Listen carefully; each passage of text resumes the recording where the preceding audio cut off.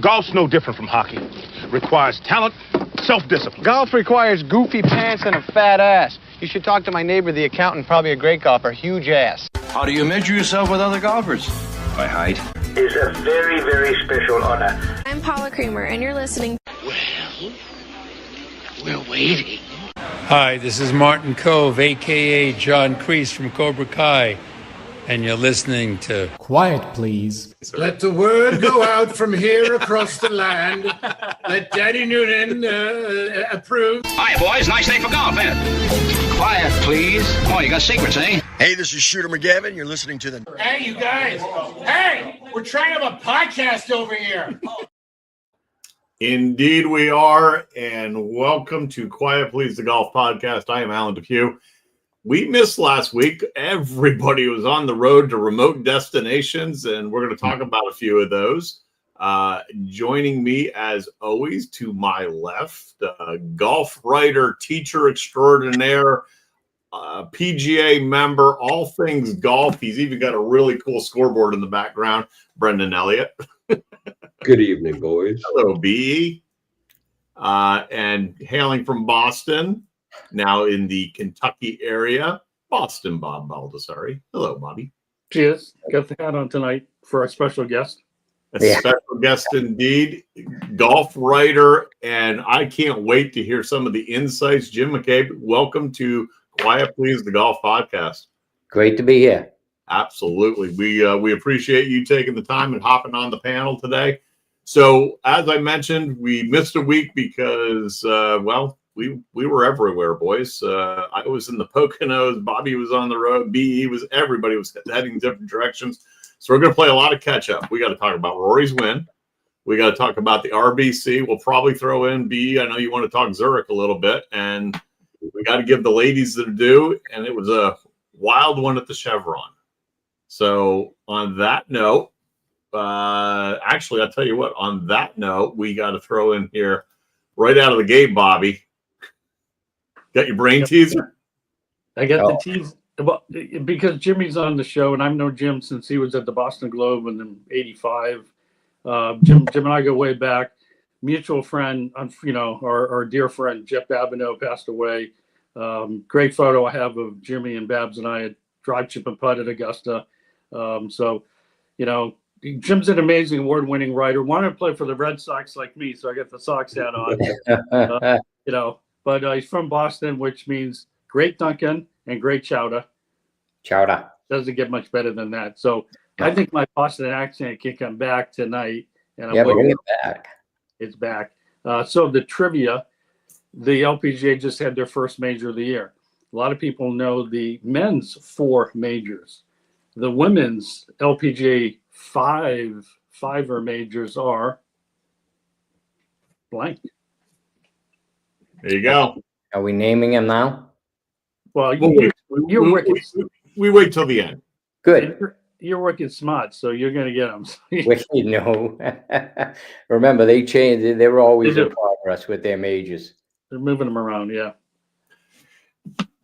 And anyone that's watching us on live on our stream, on our YouTube channel, we love comments from anybody. We flash them up here, keep it clean. But 2 of us, Bobby, I mean, I know you've been to Augusta before. 2 of us were actually there this year. So we're going to sit back and hear some insights. BE made his annual pilgrimage up there. And Jim, you got the behind-the-scenes tour. And I can't wait to hear what some of your insights from this week. The week at Augusta, I should say. A week. It seems like just yesterday, too. I mean, it's I think it's that tournament is just grabs you. People listen of our generation. I always say 75 Masters was the best. That is one I remember as a kid watching, and that's why I always loved it. This was really, really up there. But let's face it, if that was Tommy Fleetwood battling, one of the Hogard brothers down the stretch, everything happened the same way. It wouldn't be. The quality of the winner matters. And he's arguably the most,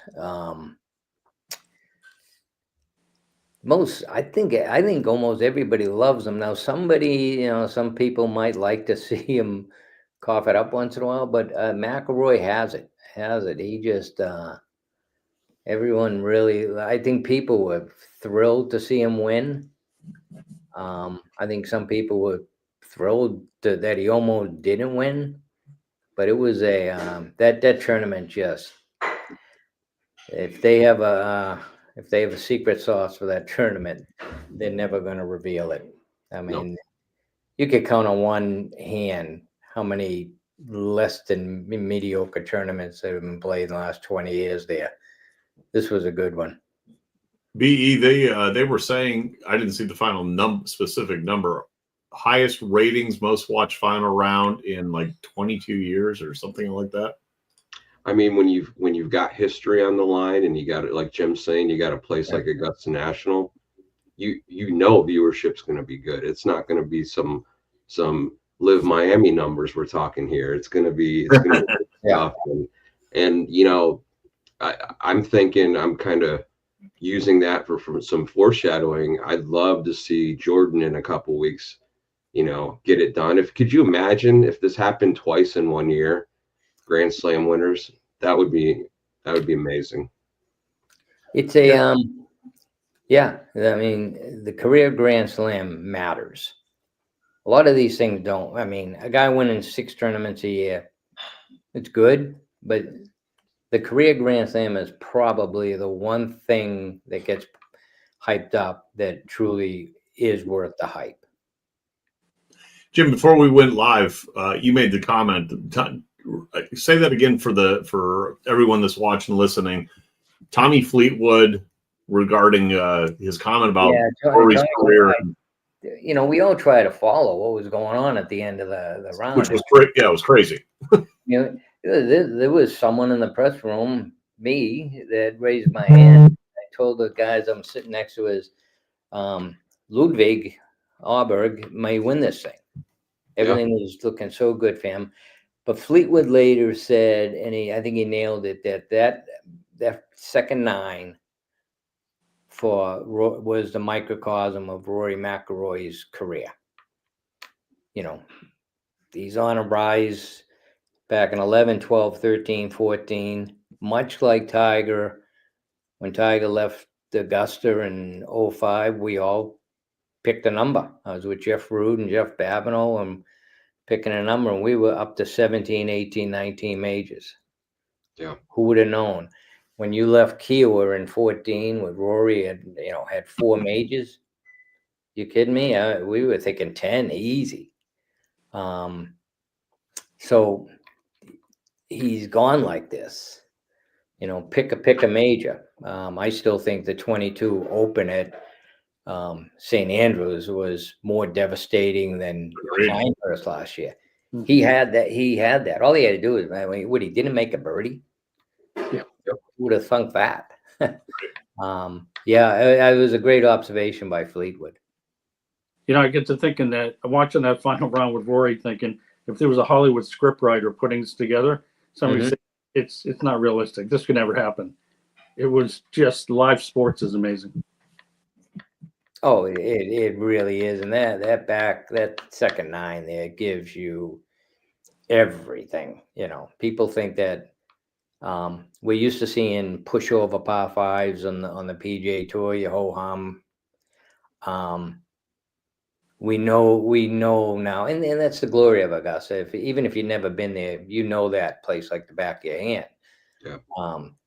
For you to get to 13 and for him to be laying up, and I remember, turning to someone, I said, man, either he has a bad lie or the nerves are getting to him, or maybe he's just finally got that Rory's using, and he lays up beautiful. And then he tries to jam the wedge. It looked like he was trying to hold the darn thing. Yeah. That was not a pin you were going to attack. And so when you're watching that and you say, my God, he's going to do it again. He's going to cough it up. Fantastic. I think everyone in America and the world said the exact same thing when he blocks a wedge 30 feet right of the flag, practically, it looked like. But you're right. I mean, I guess what, as someone actually has never been to Augusta, should have gone many times. BE shared many of his insights from his time there. Tell us a little bit, because you're in the press rooms. Give us a little bit of the insight on, from your perspective, with the scuttlebutt behind the scenes. Well, one thing, I mean, I'll never forget. I mean, listen, in the days of newspapers, and hopefully a lot of people remember them, you had the glory, Jeff Babineau had the luxury, I had the luxury of, we could watch a full day of Masters and file all our stories, a couple during the day, if you're writing 3 stories, and the last one you had to hit the button, send it to the desk by 10:30. Gave you time to get out and watch and soak up the ambiance and the aura. Now, you weren't going to get front row seats. We're not inside the ropes there, but you always felt great. You were out there. Now with digital and internet, and you're writing for internet, it's like, I need it 5 minutes after the action drops. So we're watching on television, most of us. I mean, there were a few that still get out there and hoof. And it was pretty funny. We were talking before the as I was writing my story for Masters.com, what's the story? And I said, well, if you look at the history of the Masters, kind of cool. Really, if ever, has it come down to the last 2 players paired together, going head to head. No one else is in the mix. Back in the day, the Masters would, even as late as 75, the great one was Weiskopf led the tournament going into Sunday. Jack was second, and they didn't pair them. It was just the way they did things back then. So I'm like focusing my story on the fact that, wow, we finally got head to head, the last 2 guys, and Rory gives us the even better storyline, for that angle by double in the first. And then all of a sudden, Augusta starts happening. Auberg makes a pretty good move. Justin Rose is playing, but Justin Rose may have had the best tournament of anybody down there, from no doubt. Playing. Oh, it was fantastic. Ball striking was, like he was like Marion at 2013. And then you're sitting there, you say, oh my goodness, there isn't a breather on the back 9. I mean, you would think 14 gives them a little breather. There's no bunker, but it's probably might be the best green on the golf course. And, you can watch this. And finally, I remember turning to my colleague and Ward Clayton, who was kind of overseeing us. And he said, what do you think? And I said, I don't know. This is so crazy. I still, until DeChambeau hit that horrible second shot into the water at 11, till then, I thought he was still the guy to beat. I really did. I thought he would, be a force on 13 and 15. Yeah, it was fun. And the one thing that was funny in the press room was there's 2 different feeds going on. There's the live one that some people watch that.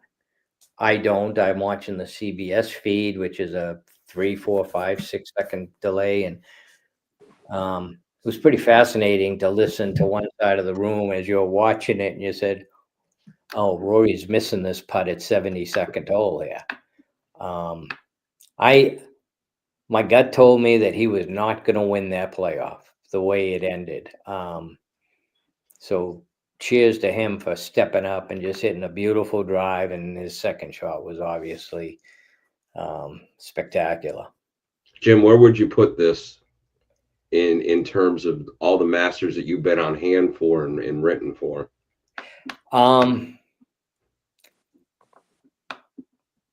I covered everyone since 2000. This is the best. 04 was pretty good. And there was that scene of Ernie thinking he's at least in a playoff, and his reaction, Phil finally getting the major monkey off his back. I'm very prejudiced. I'm a huge Adam Scott fan. I thought 13 was pretty good. 11 was a stunner, with Shao Schwartzel all of a sudden, thinking he's been out there. But this one, and Brendan nailed it. This was history. Yeah. This was, 2001 Masters was not really riveting, except we'll always remember it for being Tiger's fourth slam and the Tiger Slam. This, though, had it had the most dynamic player in the game. I know Scottie Scheffler is number one in the world, and he deserves it. But Rory's the most dynamic player. He's a swashbuckler. He's got a little bit of Palmer in him. He's got probably doesn't have. He needs might need more Nicklaus in him than Palmer. Yeah. The first thing I remember saying to someone when it ended, I said, Jack Nicklaus never would have missed that putt on the 72nd hole.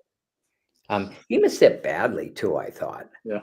I don't know if he misread it, it's his speed, but this is the best that I've watched. I've been there to cover. So after that concludes, you had tough duty because you headed down to Hilton Head.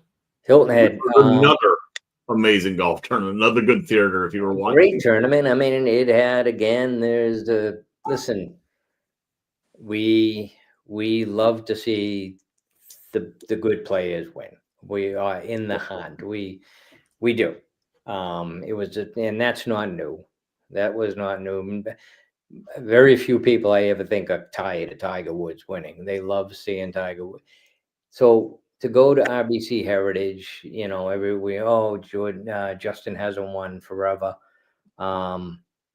He's been close. He's been falling back. Scottie Scheffler didn't play well, but still scrapped out a real good tournament. I was very impressed that Justin hung in there all the way, because how often do you come out of the gates with would you shoot 61, I guess, the first day? You do that, and all of a sudden you shoot like a 71 the next day, and it's like all of a sudden four guys pass you. Fantastic tournament. Again, I think, I'm not going to go with the, everybody said, oh, it used to be a decompression chamber. Right after the Masters, you come down to Hilton Head and just relax and kick back. It's pretty competitive now, signature event, and it gets a good field. Rory wasn't there, but that's how good it was, actually, that Rory wasn't there, and I don't think you really missed him. You want him, but I don't think anyone stopped and said, oh my God, And the fact that, Andrew Novak was right there, a kid who's playing really good golf. We don't know a lot about him. And maybe that, turns the media off a little bit, because we do want the big names up there. But it was a great tournament. It really was. It wasn't Rory winning, but I would think maybe Justin is right up there. Jordan might still nose him out. I think people love Jordan Spieth. Really they like Justin Thomas, but they love Jordan Spieth.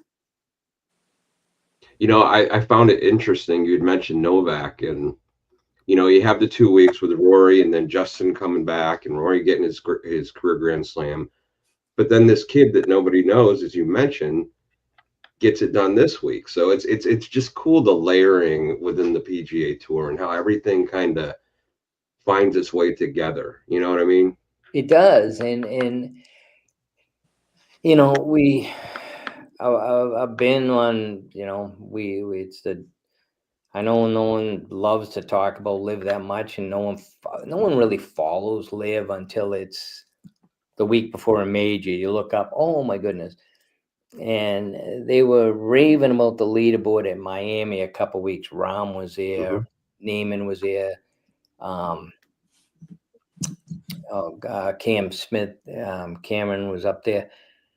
And I just turned to a friend of mine. I said, the story shouldn't be how great this is. That what DeChambeau was there. Yeah, it was good leaderboard. The story is, why isn't it like that every week?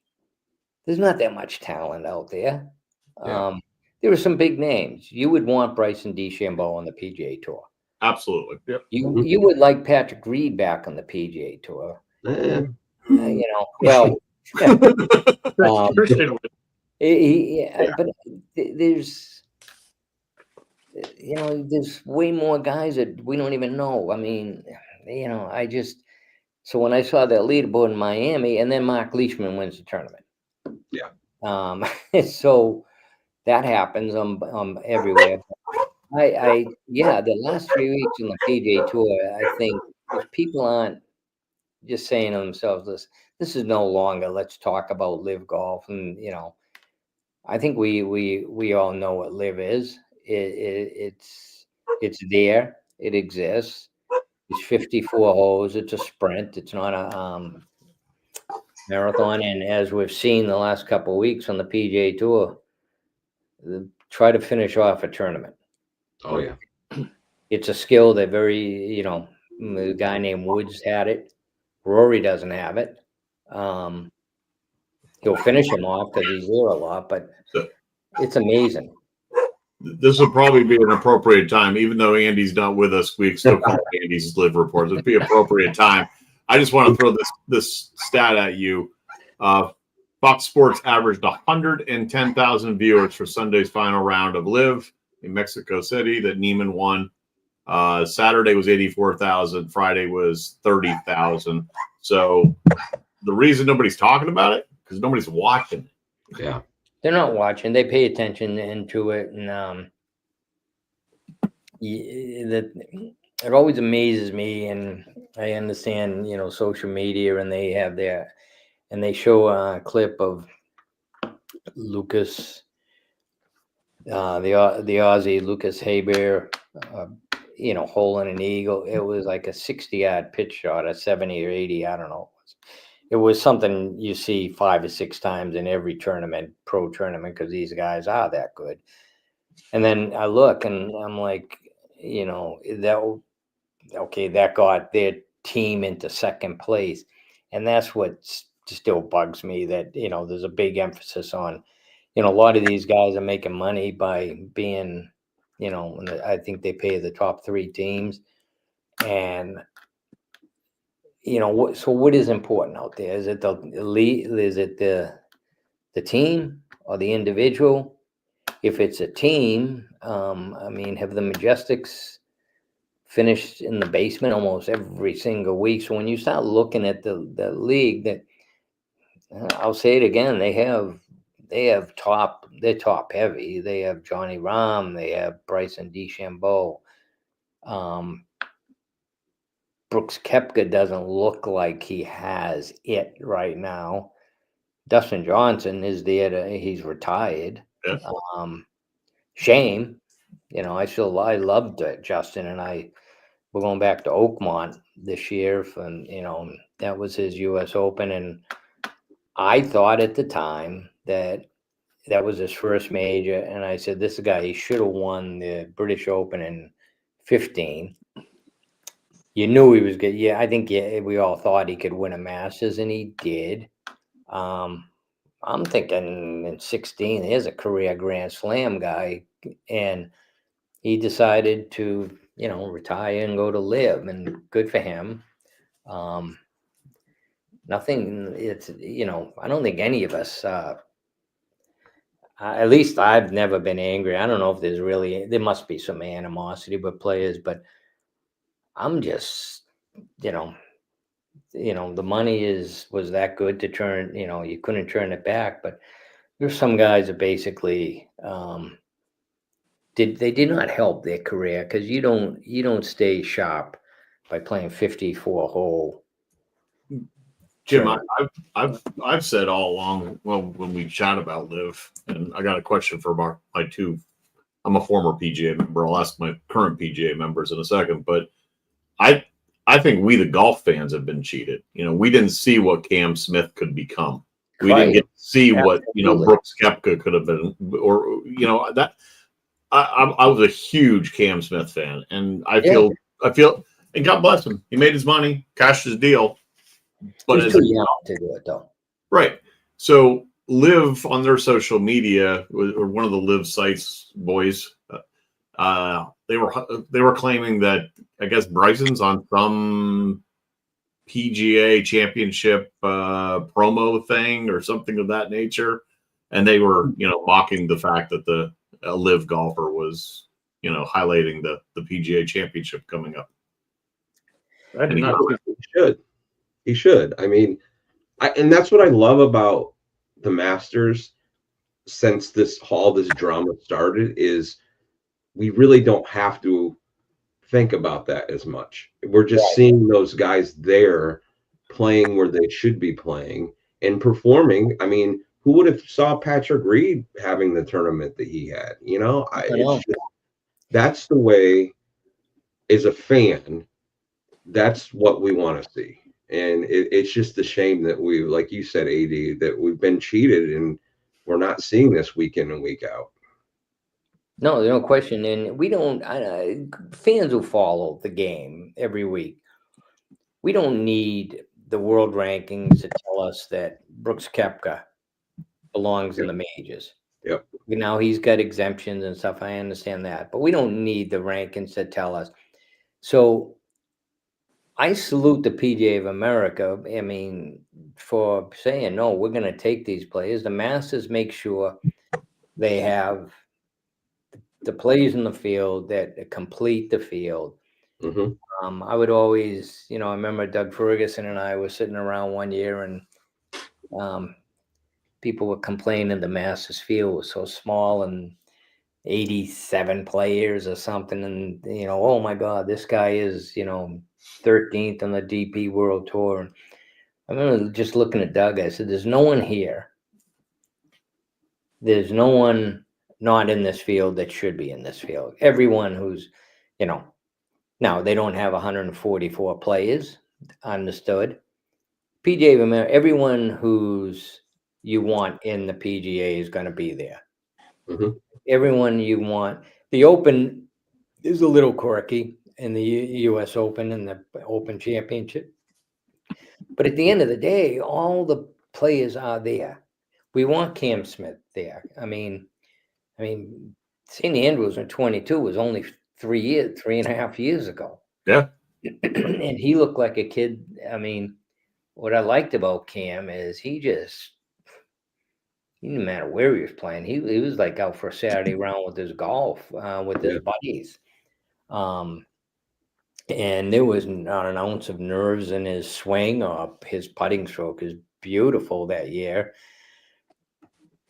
But do I know what he looks? No, I see him in the majors. That's it. That's where, you know, you guys are right. That we've been deprived of that. We don't know. You know, Joaquin Neiman we've gotten a little bit of taste of him in the majors, and I think there's a little bit of pressure on him. He's read it. People have written it. I think he's got he's 20 something majors, and he doesn't have I think he only has one top 20. Well, he was the we always begged the question. He was the guy that, you know, you saw DJ, you saw Cam, even Cam. I mean, he goes to Live weeks after winning the Open Championship. But here's Neiman in the prime of his career, and all those guys have solidified their spots in the majors. But too young. Yeah. You look at the guys who went to Live, and Louis Oosthuizen, I love them on the PGA Tour, and I think no less of him now. He was at a point where if there was no Live in 22, I'm convinced Louis was going to be only with us till 24 anyways. He's just, you know, he's got back issues. He's got, a young family. He's a horse. He loves his horses, loves his farm. All the power to him. Yeah, I'm more disappointed in Joaquin Neiman and Cameron Smith, who just, I don't think and unfortunately with every tournament, every year that goes by, there's kids coming out who don't remember and don't care about Cameron Smith to win the 22 Open Championship. Bryson's a funny one because I honestly think Bryson cares more about YouTube than he does live golf. And that was an issue he had with the PGA Tour. He didn't want to be doing all this YouTube stuff and having the PGA Tour stamp, ownership to him. I'm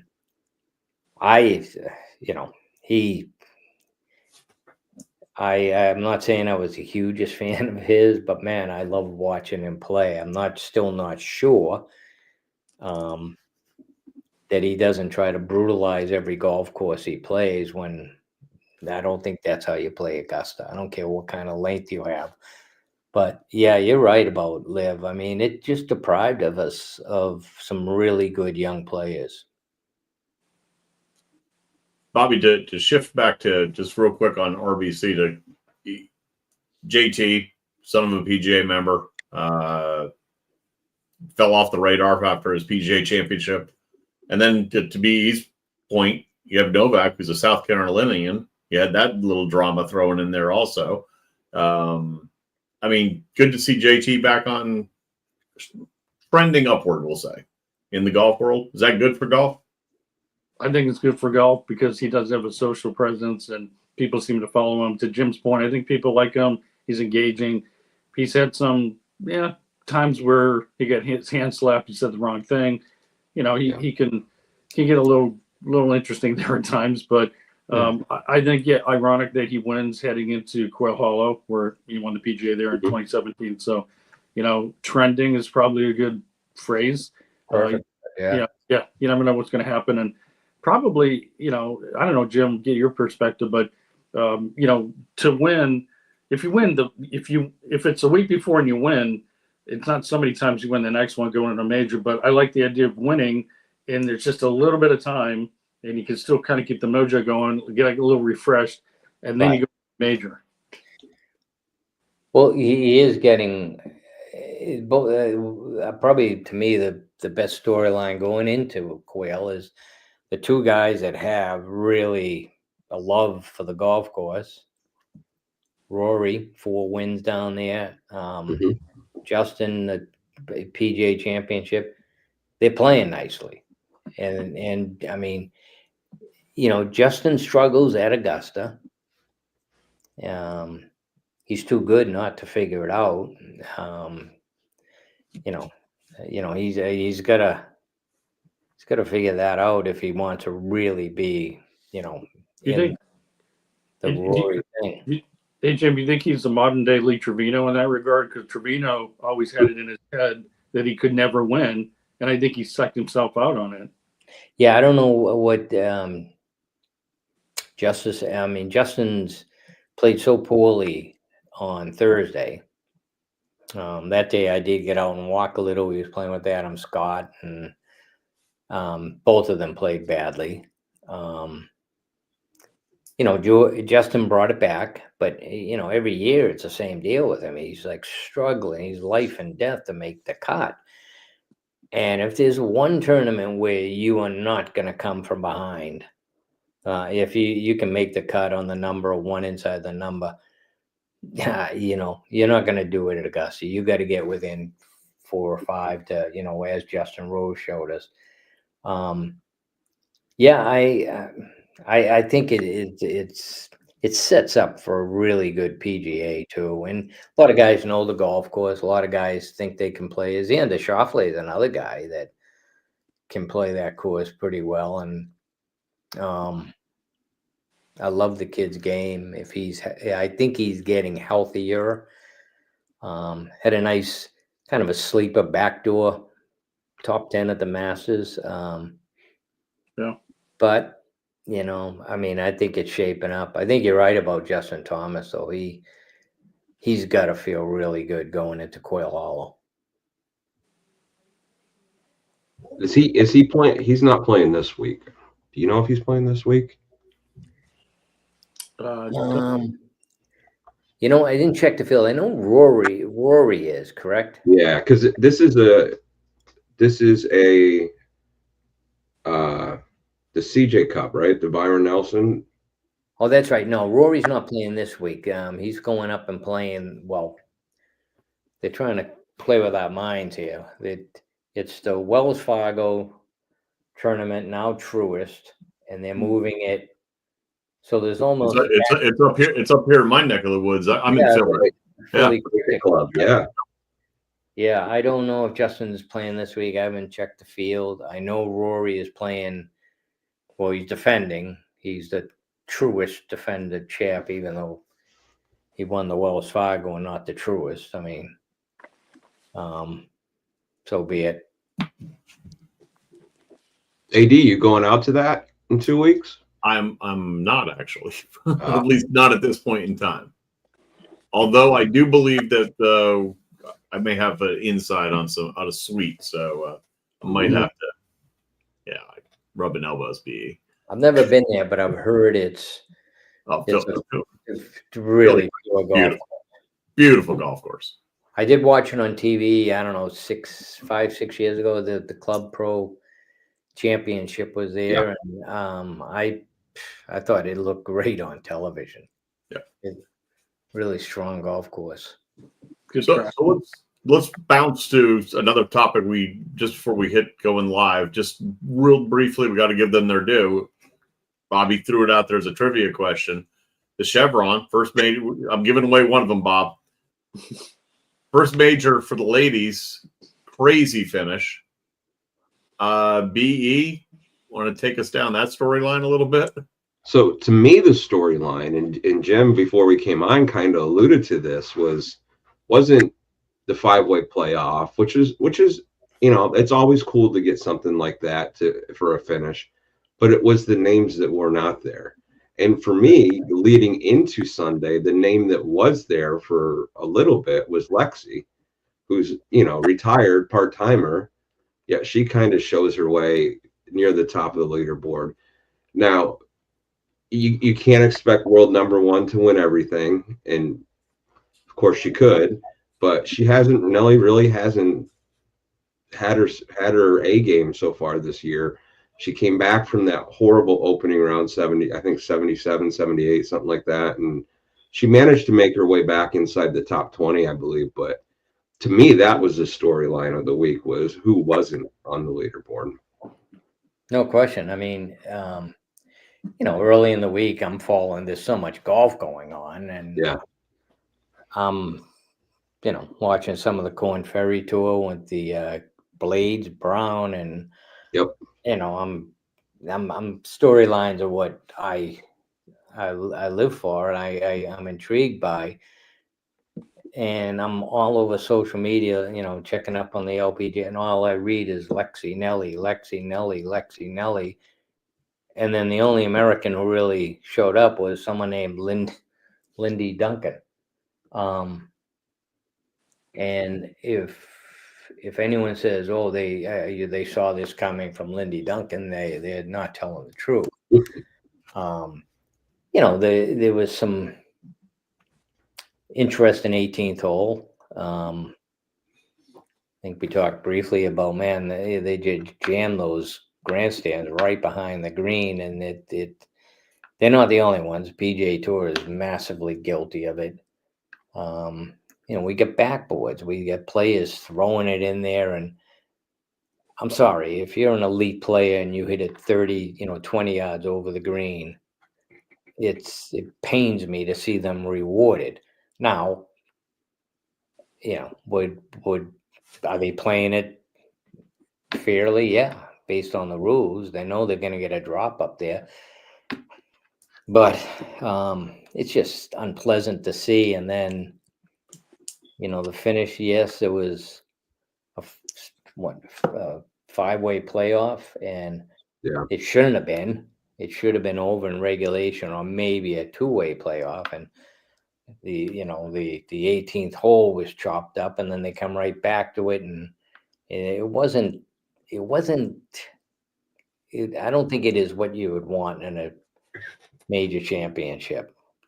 Agreed. You didn't have the players, and you just didn't have the quality play at the end. Yeah. We did a drive chip and putt regional there one year, or probably 2016 or 17. I was there, and I don't. When I looked at the 18th hole now with the stands and everything, it looks different than when I was there. Yeah. I don't know, just interesting. Yeah, the grandstand thing drives me for crazy. But the PGA Tour, let's face it, they're guilty of it too. I mean, I think we may all remember Jim Furyk, of all people, and he had no qualms with doing it. He won at Doral one year by just, the 18th hole is the true monster hole, and he had to get it over. If it hit the grandstand, so be it. It get dropped. Did he do something wrong? No. The tournament the PGA Tour these guys are too good to give them that much of a break. It seems a little contrived now with the jump in the water. Not a big fan of it. I wasn't a fan of it when it was Poppy's Pond, but it was right there. It was convenient. Right. Yeah. This thing is not. They had to put that stage up there. Yeah. And I mean, that thing was out the next day. It wasn't there on, the week before. And I'm just wondering, I mean, tradition. Is that a tradition you want to, especially when there's, if what I read was correct, there's only like 3 feet of water, then they'd have dredged it. I mean, it'd be like trying to say, put the Green Monster in Jacksonville, Florida, say, yeah, this is Funway, and we're going to, yeah. You can't move the water. It is, we all know that Jerry Pate pushed Dean Beeman in, and Pete Dye in, but that tradition lasted 1 year because I think they all realized, I mean, this is silly. First of all, there's alligators in there. You don't know where they are. Second of all, that how do you get out of that thing? I just find it to be, and this was really contrived. I just don't think it's a good look. I mean, if it's an NCAA championship or something that's maybe going to come along once in your life, but they've been jumping in that pond for years. I believe was it Stacy's parents or mother maybe or something really damaged her leg by jumping in Poppy's Pond. It's not a natural. It's not like we're talking about. These players are trained cliff divers. I mean, they look like they're in fear of their life when they go in there, and I just think it's got to go. Give it up. This is where Andy Hydorn would be leading in and just go events and venues. Events and venues. Yeah. I don't know. I mean, I would love to. I've actually asked a couple of winners, and they don't like it. They didn't like having to do it, and not that they had to. I guess you are given the option, but they all do it. I just think there are other ways to carry on a really classy tradition. And jumping in a pond with, I don't know, she brought a caddy in, or I don't know who the other player was. It her caddy and someone else. I don't know. Not a big fan. Yeah. Bobby, this would be the perfect time then to throw this in there. Don't be that guy. In this case, don't be that gal. But I again, Andy's not here this week. He's on the road, so I have to intercede in offering the don't be that guy. And that would be the one going around social media where the guy was warned for slow play on the golf course and decided, as opposed to picking up his pace of play, he decided to get out of his golf cart and beat up the 79-year-old course marshal. Yeah. So to guys like that, don't be that guy. And actually, don't come to our golf course. Right. No. Don't come, plain and simple. How about give up the name? Pick up the pickleball. We're coming down the final stretch. 18th hole. Before we go there, though, Boston Bob, you want to share this? I do. Yeah. Also, a little bit of trivia, maybe just did you know? 1992, Wollaston Golf Club outside of Boston. There's a certain golf writer that we know that's with us tonight that was on the cusp of watching and reporting a Mr. Eldrick Tiger Woods first U.S. Junior Boys Championship. Remember that one? Really? Yeah. Well, the quick story of that, I was not the, I was, at the time, I was the editor of the golf section, and it was started picking up steam thanks to, you know, the timing of Woods, and golf was getting kind of really hot. And I remember telling my sports editor, the Wollaston Golf Club is about 2 miles from my house, and I wasn't going to be the one covering because we have the staff, but I went into my boss and I said, you know, we need to cover this U.S. Junior Amateur. And he looked at me and goes, Jimmy, really? Junior golf? And I said, this transcends junior golf. Forget the junior, just think golf. And within 5 years, this kid's going to be on tour. And I said, listen, with the Boston Globe, it plays into an audience. This young, you know, he's not African American, but he's got a little bit of everything. He's Thai, he's black, he's, you know, he appeals to a lot of people. He hits it hard. He's good. And I remember we weren't going to cover it, and then the New York Times and the Washington Post showed up like the day before it started. We had the good fortune we didn't have to fly anyone there. We did cover it, and in typical Tiger fashion, he won a tournament he probably shouldn't have won.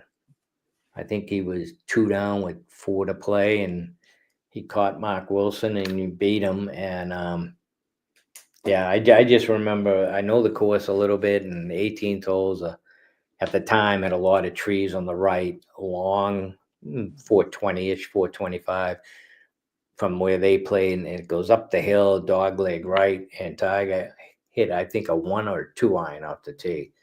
Wow. Of course, we're looking at it, goes, is he think he's this good? He's stung. I don't think his ball went 6 feet off the ground the whole time. It was dry. It was August, I think.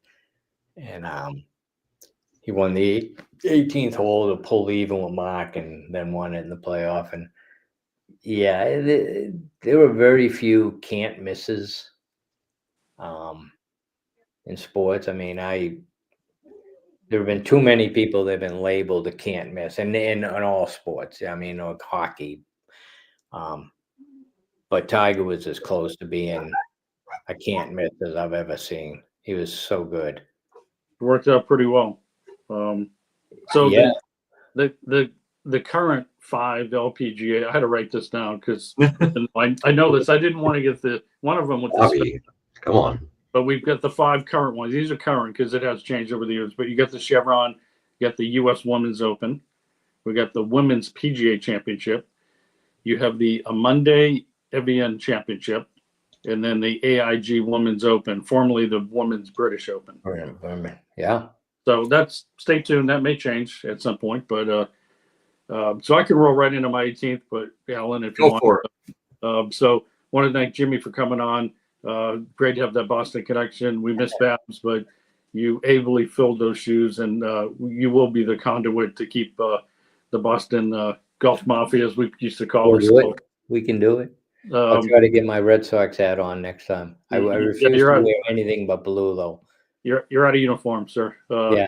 And we want to certainly say to everybody out there that Jim's got this amazing, every Wednesday I wake up in the morning, Power Fades. Power. Is the digital newsletter. This guy's a storyteller like nobody really out there, Jimmy, really. Yeah. I mean, just the storytelling is very powerful. You know, he's got stories that uplift you, inspire you. Some of them you've got a tear in your eye. You need to sign up for Power Fades. You will not be disappointed. You'll be like me every Wednesday morning. Can't wait to click on that and read that. So thanks again for being here, Jimmy. My pleasure. Fun guys. And we'll, there's going to be much to talk about coming up. I mean, every time you turn around, we get another major on our doorstep. They're coming down the pike. Yes. BE, final thought?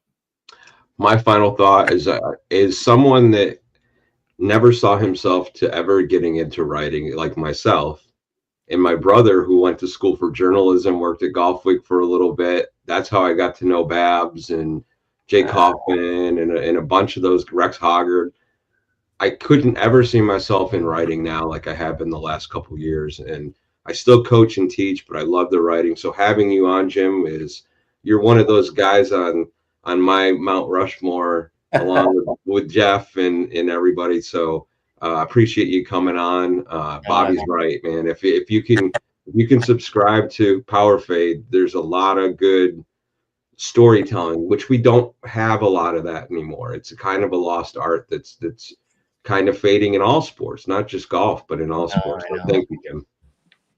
We like to react to everything, and I'll just leave you on this. We were sitting around the Masters, and Rory did have a terrific Saturday. I think he birdied Eagle, and the immediate reaction is, "Oh my God, that's got to be the best first 9 ever played in the Masters." And I'm like, Johnny Miller birdied 6 holes in a row that year, 1975. Johnny Miller wasn't even in the tournament, and all of a sudden he might win it. And I just remember as a kid, younger. I was probably not a kid then, but I was infatuated with Seve. It was like National League Baseball. We never saw them play, and we never saw Seve play. And 1980, he's going to win the Masters, and let's see what he has on Sunday. And I think he went birdie, eagle, birdie. And that's, again, I think Brendan would agree that the embrace of history has been lost too. Yes. Everything's the best right now. The worst thing going is this acronym GOAT. And I just, and I've seen it where on social media they put Jack Nicklaus, the GOAT, next to Tiger Woods, who's the GOAT. Well, which is it? And first of all, how do we know? We don't, but yeah. So it's fun. I appreciate the call in, and I will get a hat next time. You got it. Jimmy, I will echo it. Thank you. My final thought, real quick, just a shout out. President's Club announces Brent Snedeker as U.S. team captain. So awesome. Good guy. Till next week, boys. 4.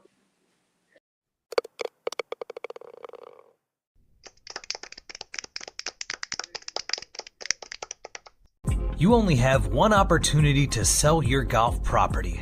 Shouldn't you partner with an expert that offers you 30-plus years of golf industry experience, combined with the reach of a global leader in real estate? Colliers International Golf Brokerage and Advisory Services understands your unique business needs. Whether it is brokerage, management, and consulting, be reassured that the market leader in the business of golf is providing you the real answers and practical solutions you deserve. Contact Golf Talk Live co-host and Colliers Golf Advisory Services member Alan Depew today at 717-554-8519. That's 717-554-8519.